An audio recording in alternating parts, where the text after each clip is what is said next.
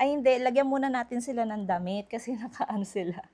Ayan, lagyan natin ng damit. Kung mahilig sa Sanrio characters yung mga anak nyo or may kakilala kayong inaanak nyo na mahilig sa paper dolls, nako, ang ganda nito mga Mima ipangregalo. Itong magnetic paper doll na to. Yes, magnetic siya. And mga Sanrio characters to. Merong may Melody, Cinnamoroll, Kuromi. Napakaganda nito kasi mahasa din yung kanilang creativity. Kakaiba to kasi magnetic siya. Ganyan siya mga Mima, oh.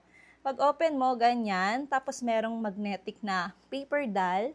Ayan no, baliktaran yan, tapos ganito. Parang ang gagawin mo, for example, ayan, tinanggal ko na mga Mima, yung mga Sanrio character. For example, ilalagay natin sila dito. Ayan, sa upuan, isa-isa.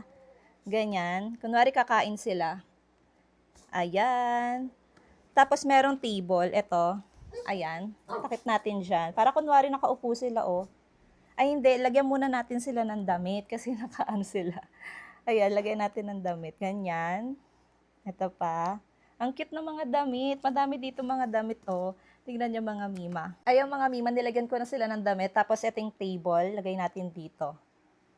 Ayan, para kunwari talagang nakaupo sila. Ganun lang siya mga Mima, mahasa talaga yung creativity nyo dito eh. Ayan, madami ito, mga magnetic paper doll, tsaka mga design. Kaya kung gusto nyo nga rin ng ganito para sa mga inaanak nyo or sa mismong anak nyo, go na habang meron pang stocks nito. Maganda tong ipang regalo.